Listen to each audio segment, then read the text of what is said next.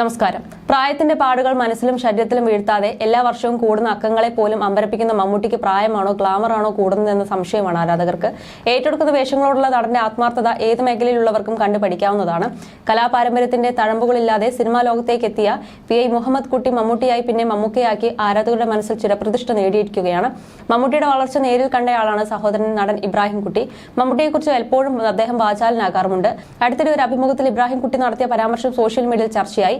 മമ്മൂട്ടിയുടെ ടർബോ എന്ന സിനിമ കണ്ട് താൻ കരഞ്ഞു എന്നായിരുന്നു ഇദ്ദേഹം പറഞ്ഞത്. പിന്നാലെ ഈ പരാമർശം ട്രോളുകൾക്കും കാരണമായിരുന്നു. ഇപ്പോഴത്തെ ഒരു യൂട്യൂബ് ചാനൽ നൽകിയ അഭിമുഖത്തിൽ ഇതേക്കുറിച്ച് സംസാരിക്കുകയാണ് ഇബ്രാഹിം കുട്ടി. ടർബോ കണ്ട് താൻ ഇമോഷണൽ ആയതിന് കാരണമുണ്ടെന്നാണ് ഇബ്രാഹിം കുട്ടി പറയുന്നത്. സന്തോഷം വരുമ്പോഴും സങ്കടം വരും. അത്രയും അടുപ്പമുള്ള ഇമോഷണലി ലോക്ക്ഡ് ആയ ആളെ സ്ക്രീനിൽ കാണുമ്പോൾ നമുക്കൊരു ഇമോഷൻ ഉണ്ടാകും. അതാണ് പറഞ്ഞത്. ടർബോ പോലുള്ള സിനിമ കാണുമ്പോൾ ഇമോഷണൽ ആകും. ആൾക്കാർ സിനിമ ആസ്വദിക്കുന്നത് കാണുമ്പോൾ നമ്മുടെ ഉള്ളിൽ സ്വാഭാവികമായി ഉണ്ടാകുന്ന സന്തോഷമാണത്. കരിയറിലെ ഒരു ഘട്ടത്തിൽ മമ്മൂട്ടി തുടരെ പരാജയങ്ങൾ നേരിട്ടതിനെ കുറിച്ചും ഇബ്രാഹിം കുട്ടി സംസാരിച്ചു. അന്ന് പരാജയപ്പെട്ട സിനിമകൾ ഇന്ന് എടുത്തു കണ്ടാൽ അത് മോശം സിനിമയല്ലെന്ന് മനസ്സിലാകും. വീണ്ടും ന്യായവിധി, സായം സന്ധ്യ, അതിനപ്പുറമുള്ള എന്നിങ്ങനെയുള്ള സിനിമകളാണ് അന്ന് വന്നത്. അവ മോശം സിനിമകളല്ല, മോശം സംവിധായകരുമായിരുന്നില്ല.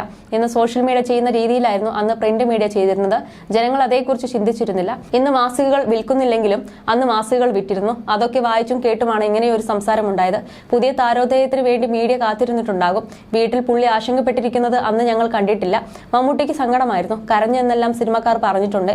എന്നാൽ ഞങ്ങളുടെ മുന്നിൽ വിഷമം കാണിച്ചിട്ടില്ല. സിനിമ പരാജയപ്പെടുന്നുണ്ടെന്ന് ഞങ്ങൾക്കറിയാമായിരുന്നു. ഇന്നും മമ്മൂട്ടിയുടെ സിനിമകൾ റിലീസ് ചെയ്യുമ്പോൾ പ്രേക്ഷക പ്രതികരണം എങ്ങനെയായിരിക്കുമെന്ന ആശങ്ക തനിക്കുണ്ടെന്നാണെന്നും ഇബ്രാഹിം കുട്ടി പറഞ്ഞു.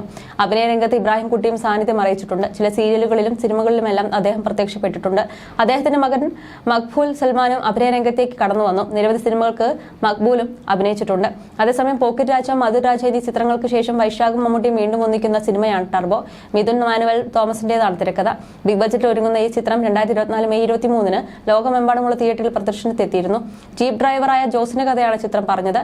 ജോസ് എന്ന കഥാപാത്രമായി മമ്മൂട്ടി എത്തുന്ന ചിത്രത്തിലെ മറ്റ് സുപ്രധാന വേഷങ്ങൾ കന്നഡ താരം രാജ്പി ഷെട്ടിയും തെലുങ്ക് നടൻ സുനിലുമാണ് അവതരിപ്പിച്ചത്. ശബരീഷ് വർമ്മ, ബിന്ദു പണിക്കർ, അഞ്ജന, ജയപ്രകാശ്, നിരഞ്ജന, അനൂപ്, ദിലീഷ് പോതൻ, ജോണി ആന്റണി എന്നിവരും പ്രധാന വേഷത്തിലെത്തിയിരുന്നു. ആക്ഷൻ രംഗങ്ങൾക്ക് ഏറെ പ്രാധാന്യം നൽകിയാണ് ചിത്രം പുറത്തിറങ്ങിയത്.